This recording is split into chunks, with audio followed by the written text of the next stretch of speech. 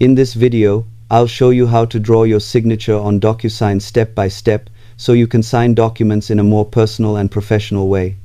Start by logging into your Docusign account and clicking on your profile icon in the top right corner, then select Manage Profile from the drop-down. Navigate to the Signatures section where you can create or update your signature.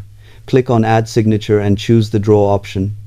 A canvas will appear where you can use your mouse, touchpad, or stylus to draw your signature just like you would on paper. Take your time to make it look natural and clear, and try to match how you normally sign documents. If you're not satisfied, you can redraw it until it looks right.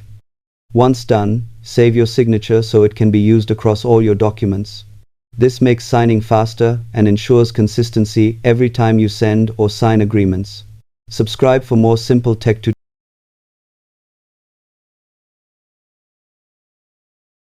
tutorials.